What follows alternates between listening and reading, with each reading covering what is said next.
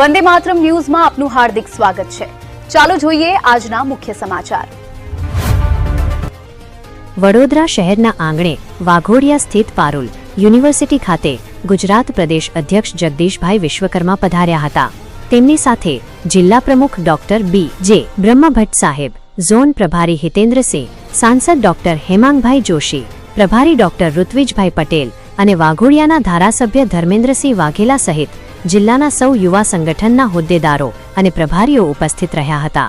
University ખાતે વિદેશી વિદ્યાર્થીઓએ ગરબા રમીને તમામનું સ્વાગત કર્યું હતું। ઢોલ નગારાના નાદ સાથે ડોક્ટર પારુલ પટેલ અને ડોક્ટર ગીતિકા પટેલે મહાનુભાવોનું ભવ્ય સ્વાગત કરી સ્ટેજ પર પધરામણી કરાવી હતી। અહીં વિકસિત ભારત એન્ટરપ્રિન્યોર સમિટ અંતર્ગત ઉપસ્થિત મહાનુભાવોએ વિદ્યાર્થીઓને સંબોધિત કર્યા હતા।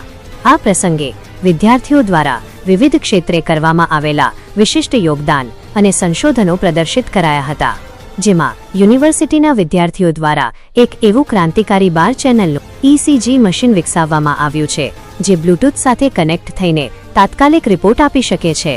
આ ઉપરાંત ભારતનું પ્રથમ હાઇબ્રિડ ઇલેક્ટ્રિકલ એરોસ્પેસ KOL 1000 વસાવ્યું છે, જે શોર્ટ ટેક ઓફ અને લેન્ડિંગ તથા પેસેન્જરવાળા કાર્ગો મેડિકલ મિશન વચ્ચે ઉત્કૃષ્ટ કામગીરી કરી શકે છે।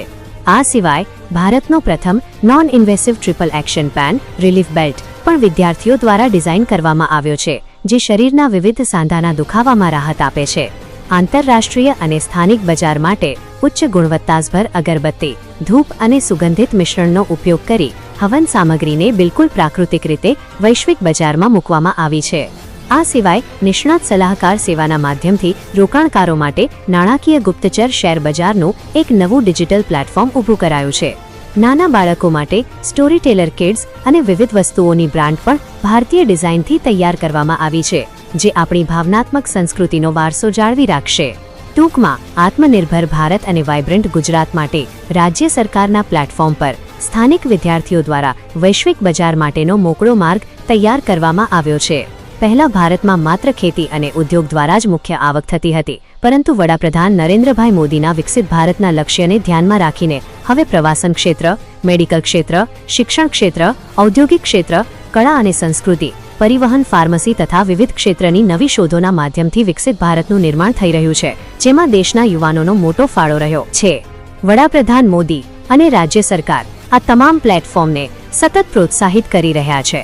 વિદેશી રોકાણકારો હવે ગુજરાતમાં આવી રહ્યા છે, જેનાથી દેશના યુવાનો માટે રોજગાર અને વિવિધ ક્ષેત્રોમાં નવી તકો ઊભી થતા તેઓ આત્મનિર્ભર બની રહ્યા છે। પારુલ યુનિવર્સિટીના વિદ્યાર્થીઓ સાથે વાર્તાલાપ કરીને પ્રદેશ અધ્યક્ષ જગદીશભાઈ વિશ્વકર્માએ યુવા પેઢીને પ્રોત્સાહિત કરી હતી। આ સાથે જ પારુલ યુનિવર્સિટી દ્વારા વિવિધ ક્ષેત્રોમાં ક્રાંતિકારી શોધ કરનાર વિદ્યાર્થીઓને લાખો રૂપિયાના ચેક આપીને પુરસ્કૃત કરવામાં આવ્યા હતા। પ્રદેશ અધ્યક્ષે યુનિવર્સિટીની પ્રશંસા કરતા જણાવ્યું હતું કે પારુલ યુનિવર્સિટી માત્ર શિક્ષણનું જ નહીં, પરંતુ ઉત્તમ ઘડતરનું કેન્દ્ર છે, જેના વિદ્યાર્થીઓ દેશના વિવિધ ક્ષેત્રોમાં ક્રાંતિકારી શોધો કરીને ભારતની પ્રગતિમાં અમૂલ્ય યોગદાન આપી રહ્યા છે।